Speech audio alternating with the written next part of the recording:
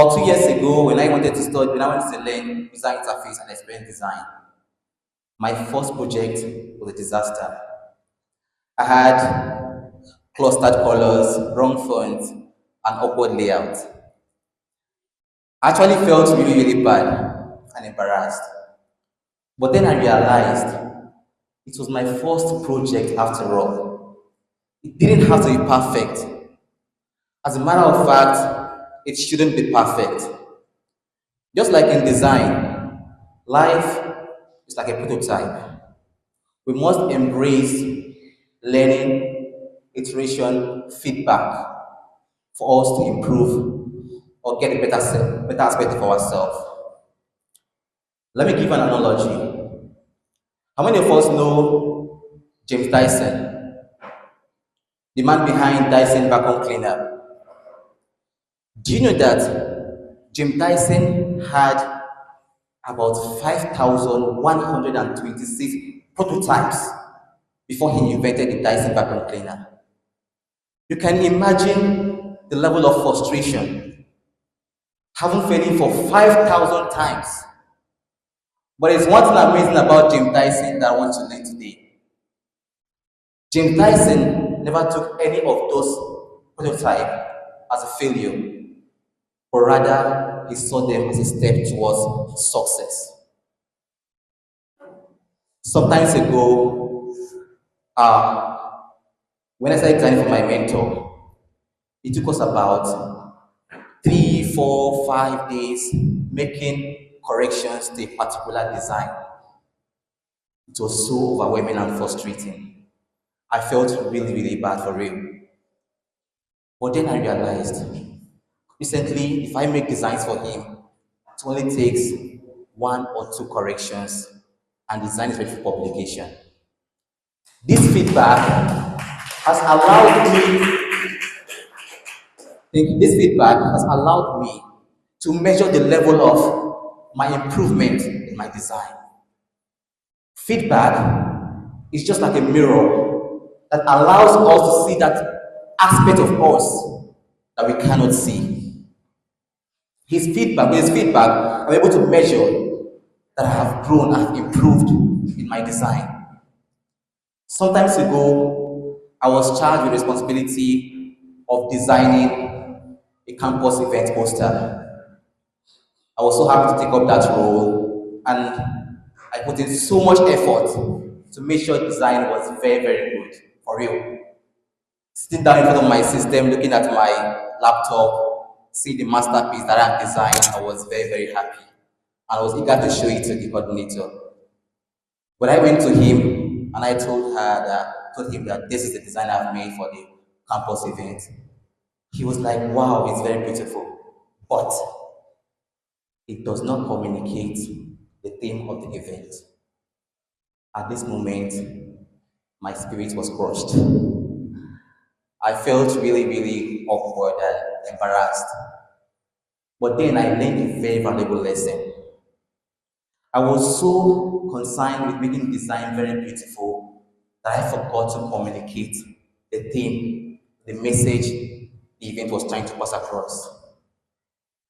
So I learned the lesson that it's not about how beautiful your design is, but does it communicate the message you are trying to pass across?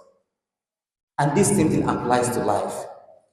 We try, we learn, we learn for us to improve.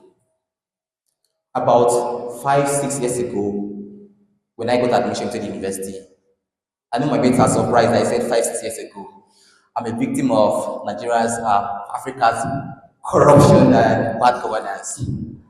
So when I got admission to study computer science, I was thinking about what career path to navigate.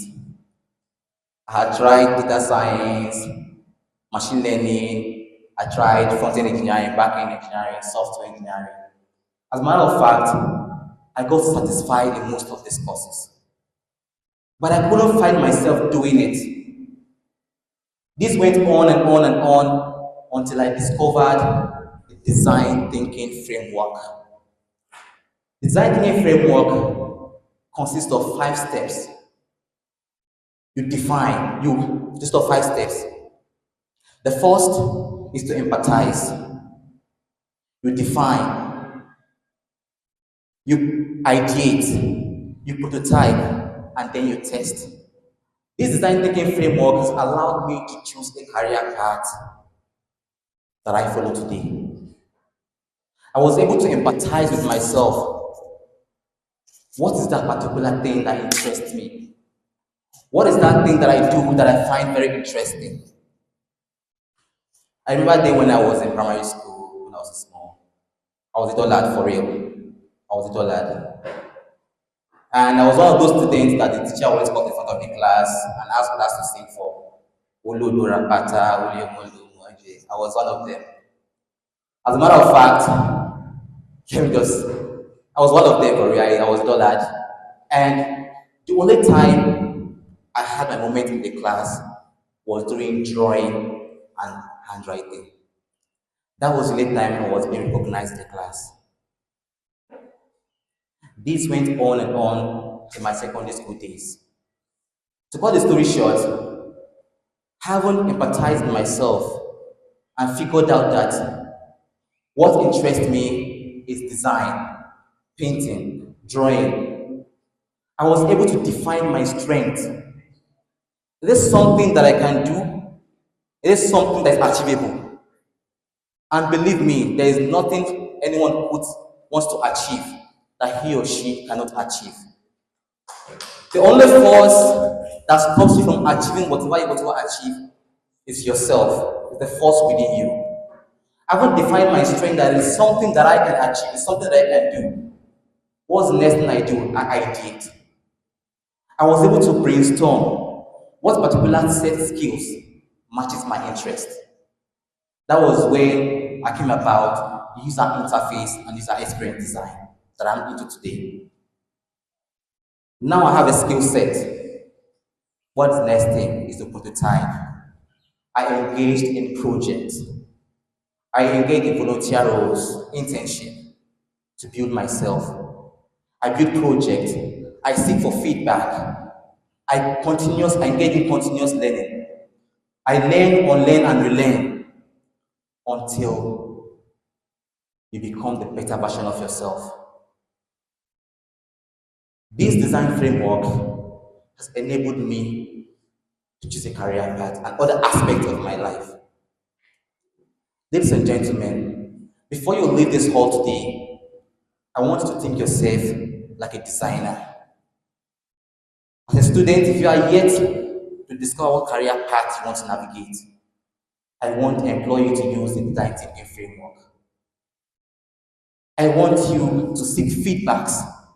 Feedback is a powerful tool for improvement. It allows us to see that part of us that we cannot see. Ladies and gentlemen, feedback can be messy, it can be annoying, but believe me, the right feedback from the right person brings about improvement. Thank you.